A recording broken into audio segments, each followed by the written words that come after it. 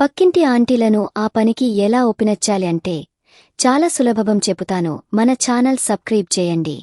చాలా మంది చూస్తున్నారు కానీ లైక్ చేయలేదు. లైక్ చేయండి, అలాగే షేర్ చేయండిక. వేసవికాలపు సాయంత్రం పచ్చని చీరలో తల చుట్టేసుకుని పైమెట్ల నుంచి నెమ్మదిగా దిగుతూ మెల్లగా నవ్వింది. ఆ నవ్వులోనే నా గుండె కదిలింది. అప్పటినుంచి నా చూపులు ఆమె చుట్టే తిరుగుతున్నాయి. నేను 11వ తరగతి చదువుతున్నప్పుడు మా ఇంటి కిటికీ ద్వారా ఆమె పాటలు వినిపించేవి. ఆ పాటల్లో ఓ వెదురుబుల్ల మృదుత్వం ఉండేది. నన్ను పట్టేసింది. ఒకరోజు మా ఇంటి కిటికీ దగ్గర కూర్చుని పుస్తకం చదువుతున్నా. ఎదురింటి టీవీలో స్లో మెలోడీ పాట.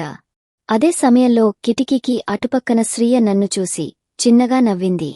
నన్ను ఉద్దేశించి కాదు, కాని ఆ నవ్వు మాత్రం నన్నే తాకింది. ఆ రోజు రాత్రి నిద్ర పట్టలేదు.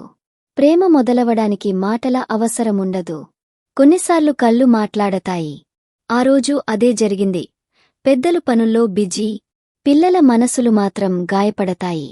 శ్రీయ వాళ్ల తల్లిదండ్రులు ఎప్పుడూ వేరే వేరే పనుల్లో ఉండేవాళ్లు. ఆమె చాలా ఒంటరిగా ఉండేది. ఆ ఒంటరితనంలో ఆమెకి నేను సహచరంగా మారాను. మొదట చదువుల విషయం మీద మాట్లాడేవాళ్లం. తర్వాత మా పుస్తకాలు మార్చుకోవడం, టిఫిన్లు పంచుకోవడం, ఉదయాన్నే కలిసి ట్యూషన్కు వెళ్లడం. ఇలా రోజురోజుకు మా మధ్య అనుబంధం పెరిగింది. ఒకరోజు ఆమె అడిగింది, నిన్ను కలవకపోతే నేను జీవితంలో చాలా కోల్పోయేవాడినేమో. ఆ మాట విని నా గుండె తొలిసారిగా నిశ్శబ్దంగా తడి అయింది. ఒక మోస్తరు వర్షం పడుతున్న రాత్రి ఫోన్కు ఓ మెసేజ్ వచ్చింది. రా, నన్ను చూడు ఒక్కసారి, అమ్మ ఇంట్లో లేదు. నేను ఒక్క క్షణం ఆలోచించాను. గుండె గట్టిగా కొట్టుకుంది.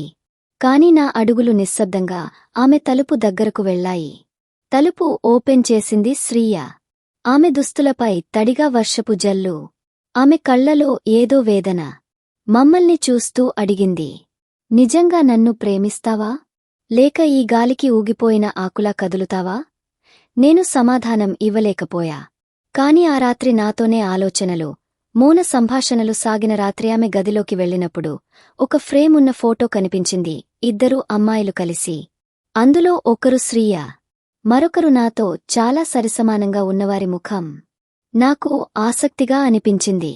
ఇది ఎవరు అన్నాను. ఆమె ఒక్క క్షణం కంగారుతో నవ్వింది. చెప్పకూడదు అన్నది అమ్మ చెప్పింది. ఆ మర్మపు నవ్వు నా హృదయంలో నిలిచిపోయింది. ఈ ఫోటో వెనుక ఉన్న సత్యమేమిటి? ఏ క్షణం తర్వాత మన జీవితంలో ఎవరు ఉండరు అనే భయం మొదలవుతుందో అదే ప్రేమ అసలు పరీక్ష. ఆ ఫోటో నన్ను రోజంతా వెంటాడింది. శ్రీయ నాకు చెబకుండా దాచిన నిజమేంటి? రాత్రి వెండితెర వెనక భావనలు గడ్డకట్టినట్టుగా నన్ను ఆమె తలపులు చుట్టేస్తున్నాయి. చివరికి ఓ రోజు ధైర్యంగా అడిగాను, నిజంగా చెప్పు శ్రీయ, ఆ ఫోటోలో ఉన్న అమ్మాయి ఎవరు? ఆమె కళ్ళు తడిగా మారాయి. ఆమె నా మేనత్త కూతురు. చిన్నప్పటినుంచి నాకు స్నేహితురాలిగా, అక్కలా ఉన్న అమ్మాయి. కాని ఆమె ఇప్పుడు లేరు. నేను షాకయ్యాను. లేరు అంటే? ఆమె తలదించుకుంది. ఆమె మృత్యువు వెనుక ఒక కారణముంది. ఆ కారణంలో నా కుటుంబం పాత్ర ఉందని ఆమె తల్లి నమ్మింది.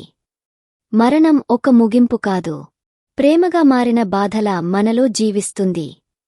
శ్రీయ స్నేహితురాలు ఆత్మహత్య చేసుకుంది. అది జరిగిన తర్వాత ఆమె తల్లి, అంటే పక్కింటి ఆంటీ, చాలా కైనంగా మారిపోయింది. తన కూతురిని పోగొట్టుకున్న తల్లి మనసు శ్రీయ మీదే కోపంగా మారింది. అందుకే శ్రీయ మిగతా వాళ్లతో ఓపికగా ఉండి, బయట నవ్వుతూ, లోపల మాత్రం ఒంటరితనంతో పోరాడుతూనే ఉంది. నాకు ఇప్పుడే అర్థమవుతుంది, ఆమె నవ్వులు ఎందుకు నిస్సత్తువగా అనిపించేవి, ఆమె మెసేజ్లు ఎందుకు అర్ధాంతరంగా ఉండేవి. ఒకరోజు మేమిద్దరం బాగానే మాట్లాడుకున్నాం. ఆ రోజు చలికాలం సాయంత్రం. ఆమె చెయ్యిలోని వేళ్లను నేను మెల్లగా పట్టుకున్నా. మొదట ఆమె వణికి వెనక్కి చూసింది. కాని అలా నిలబడిపోయింది. నన్ను వదిలిపెట్టకు, నీకోసం ఎంతకాలమైనా ఎదుర్చూస్తా అని ఆమె చెప్పింది. ఆ మాటలు నన్ను తడిపేశాయి. ఆమె మీద గౌరవం, ప్రేమ, బాధ అన్నీ ఒకేచోట కలిసిపోయాయి. ఆమె గుండె చప్పుడు నా చెవుల్లో మిగిలిపోయింది. ఆమె ఒకరోజు చెప్పింది, నిన్ను మరెన్నాళ్ళు చూసే అవకాశం ఉండదేమో. నేను కంగారుపడ్డాను. ఎందుకు అలా అంటున్నావు అని అడిగాను. నాన్నకు దూరం ఉన్న బంధువు ఓ సంబంధం చూశారు. వాళ్ళు నన్ను పెద్ద మనుషుల ఇంటికి పంపాలనుకుంటున్నారు. నా గుండెలో ఏదో తూటా ముక్కలైపోయింది. ఆ రోజుకి నా జీవితంలో మొదటిసారి గట్టిగా ఏడ్చాను. ఆ రాత్రి ఆమె తలుపు తడిగా నన్ను ఆహ్వానించింది. మన మధ్య ఎటువంటి పదాలు లేవు. మిగిలింది నిశ్శబ్దమైన మనసుల మౌనం. నిన్ను ప్రేమించానంటే తప్పుడు కాదేమో, కాని నీ మనసుతో కలిసి నన్ను ప్రేమించిన ప్రతిక్షణం నన్ను బతికించిన ఒక జ్ఞాపకం. ఆమె మాటలు, చేతుల్లోని వేడి, కళ్లల్లోని చెమట అన్నీ నా లోపల ఎక్కడో నిలిచిపోయాయి. ఆమె చెవిలో నెమ్మదిగా చేర్, నీ వెనుకకు నువ్వు వస్తావని నమ్ముతున్నా. పార్ట్ 3 కూడా ఉంది. మళ్ళీ కలుదాం. బాయ్ ఫ్రెండ్, బాయ్ బాయ్ ఉంటా.